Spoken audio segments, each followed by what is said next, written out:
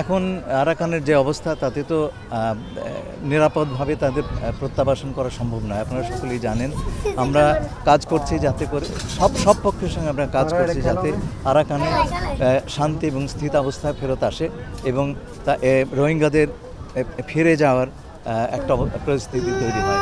আমরা আশা করছি এই লক্ষ্যে আমরা সফল হব।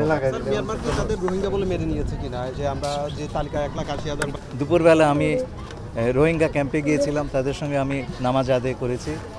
আমি তাদেরকে বলেছি যে একটা আন্তর্জাতিক জাতিসংঘের সম্মেলন হচ্ছে, সেই সম্মেলনে তারা যেন সংঘবদ্ধভাবে তাদের এবং কোঅর্ডিনেটেড বা সমন্বিত একটি অবস্থান তুলে ধরেন, তাদের ভবিষ্যৎ আকাঙ্ক্ষা এবং স্বপ্ন যেটা ধারণ করবে।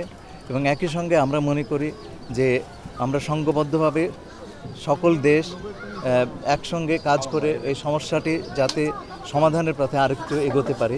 আমরা সব দরজা খোলা রেখেছি, সবার সঙ্গে আলাপ করছি।